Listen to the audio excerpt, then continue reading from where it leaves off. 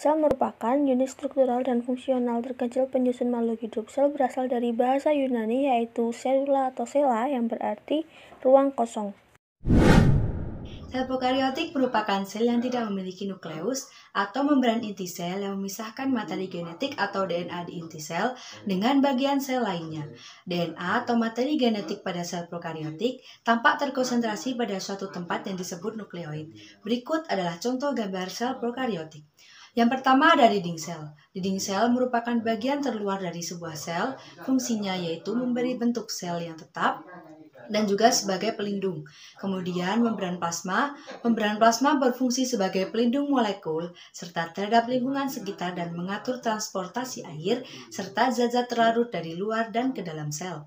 Kemudian sitoplasma. Sitoplasma adalah salah satu tempat berlangsungnya aktivitas sel. Kemudian ribosom. Ribosom merupakan tempat berlangsungnya sintesa protein. Selanjutnya yaitu nukleoid. Nukleoid merupakan wilayah yang merupakan tempat DNA-nya sel prokariotik. Kemudian flagella. Flagella merupakan organel lokomosi atau alat gerak beberapa jenis bakteri. Selanjutnya pili atau Viridiae. Pili berfungsi untuk melekatkan diri pada jaringan hewan atau tumbuhan. Sel prokariotik dimiliki oleh bakteri dan ganggang hijau biru. Demikian penjelasan mengenai sel prokariotik. Kita masuk ke pembahasan selanjutnya yaitu sel eukariotik. Sel eukariotik merupakan sekelompok makhluk hidup yang memiliki organel dan dilapisi oleh membran. Sel eukariotik dapat bereproduksi melalui reproduksi aseksual dengan mitosis dan reproduksi seksual dengan meiosis. Struktur dan fungsi dari sel eukariotik itu sendiri antara lain 1. Membran inti sel yang berfungsi sebagai lapisan pelindung inti sel. 2. Nukleus adalah inti sel yang berfungsi sebagai tempat terdapatnya kromosom yang tersusun dari materi genetik DNA. 3. Ribosom adalah organel sel yang berfungsi sebagai tempat berlangsungnya sintesis protein. 4. Retikulum endoplasma yang berfungsi sebagai alat transportasi zat pada sel. 5.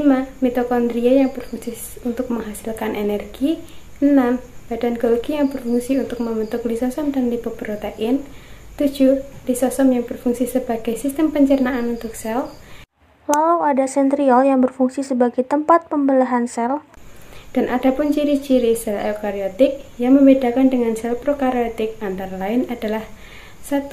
Materi inti memiliki membran. 2. DNA berada di dalam nukleus. 3. Memiliki organel seperti mitokondria, badan Golgi, dan retikulum endoplasma. 4. Sitoplasma dan nukleoplasma terpisah. 5. Bahan gen atau DNA seperti pita ganda dan tersusun spiral saling melilit atau yang disebut double helix. Kali ini aku akan menjelaskan mengenai organisme aseluler. Organisme aseluler merupakan organisme yang tidak memiliki komponen atau kelengkapan sel, sehingga ia tidak memiliki dinding sel, inti sel, dan juga organel sel. Sehingga untuk mempertahankan hidupnya, organisme ini memerlukan inang atau induk yang berupa manusia, hewan, ataupun tumbuhan. Virus merupakan salah satu organisme aseluler, sehingga virus tidak memiliki dinding sel, namun ia memiliki kapsid yang berupa lapisan protein di bagian luar virus yang mengelilingi bagian luar virus itu sendiri yang berfungsi untuk melindungi materi genetik pada virus. Sehingga virus tidak memiliki inti sel, tapi mereka mempunyai RNA dan DNA yang berfungsi untuk menyimpan berbagai informasi genetik yang ada dalam virus yang akan diturunkan pada virus selanjutnya. Ukuran virus sendiri berkisar 20-300 nanometer. Bentuk-bentuk virus itu beragam, ada yang bentuk T, bulat, oval, batang, maupun jarum. Berikut ditampilkan gambar-gambar bentuk virus. Struktur virus sendiri terdiri dari yang pertama yaitu kapsid, yang kedua materi genetik berupa RNA ataupun DNA, ketiga selubung ekor, keempat rambut ekor, dan yang kelima yaitu jarum penusuk.